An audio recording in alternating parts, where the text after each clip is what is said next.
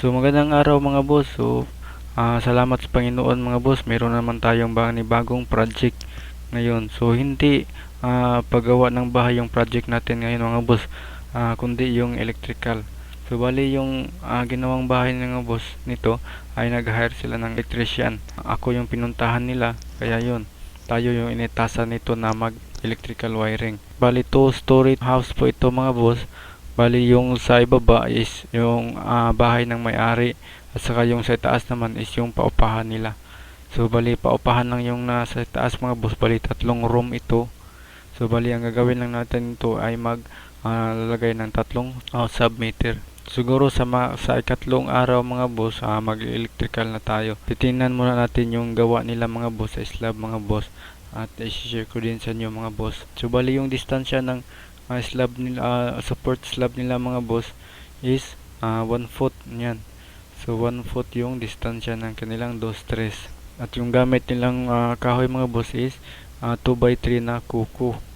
So ito na nga pa yung naka-elevate na terrace mga boss.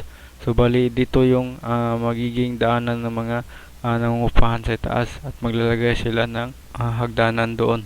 At napansin niyo yung beam mga boss, yan. So nabuhusan na lahat. So bali nag-iba kasi daw yung plano ng may-ari, pinagawa niya 2-story house na lang mga boss. At meron din silang cross beam mga boss. Yan yung tinatawag na cross beam, yung nasa gitna mga boss. Meron din silang mga maliliit na beam mga boss. Yan yung para sa pile mga boss, yung finish ng pile ng hollow block. So yan mga boss, so depende na yan sa gumagawa mga boss at sa may-ari. Ito na mga boss, naglalagay na sila ng mga plywood mga boss. So yung mga beam na yan mga boss, napansin nyo ay buo nang nabuhusan. So yan.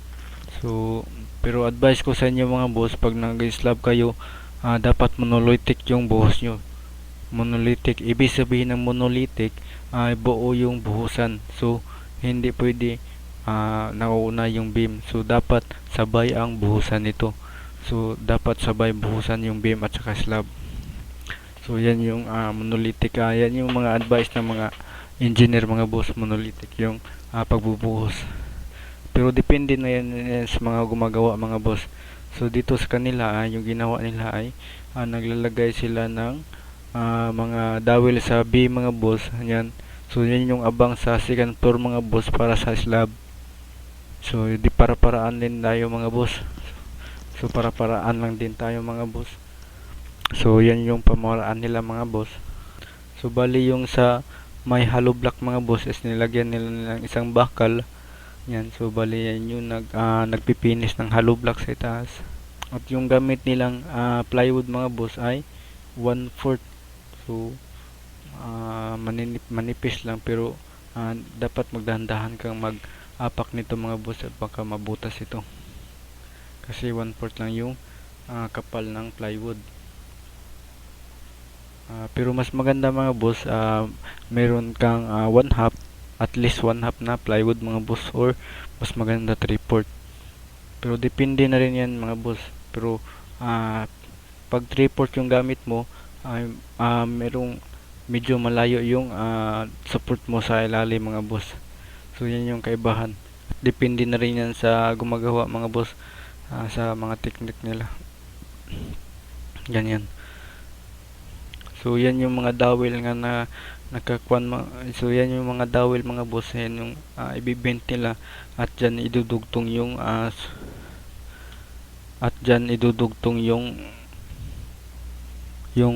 bakal sa slab mga boss. Yan. So bali yung dowel na nakausli yan mga boss, bali 10 mm yung sukat niyan. So bali 10 mm lang lahat yung dowel na nakausli sa beam. Ganyan. So ito bali 3 room pala itong nasa ilalim mga boss. Ganyan. So yan yung wiringan natin mga boss.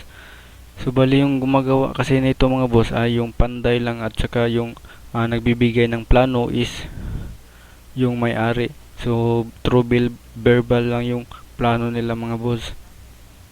Kaya yung ginawa ko mga boss sa pag electrical wiring, ginuhitan ko sila ng floor plan, para mapaliwanag ko sa kanila kung saan ba mas magandang ilagay yung ilaw, switch at saka yung mga outlet. So yun mga boss, natapos na kami mag-drawing doon. Kaya yun, nagkaintindihan na kami at siguro pagkatapos ng paglalagay nila ng plywood at pagbabakal mga boss, siguro bukas mga boss ay magbabakal na sila. So saka na tayo maglalagay ng electrical wiring or 50 square meter yung laki ng bahay. So sobrang laki mga boss, kaya yun. Bali siyam yung haligi na ginawa nila mga boss. Yan, so tatlo sa gilid, tatlo sa gilid mga boss. So bali siyam lahat yun. So dito naman tayo sa ilalim mga boss. Ganyan.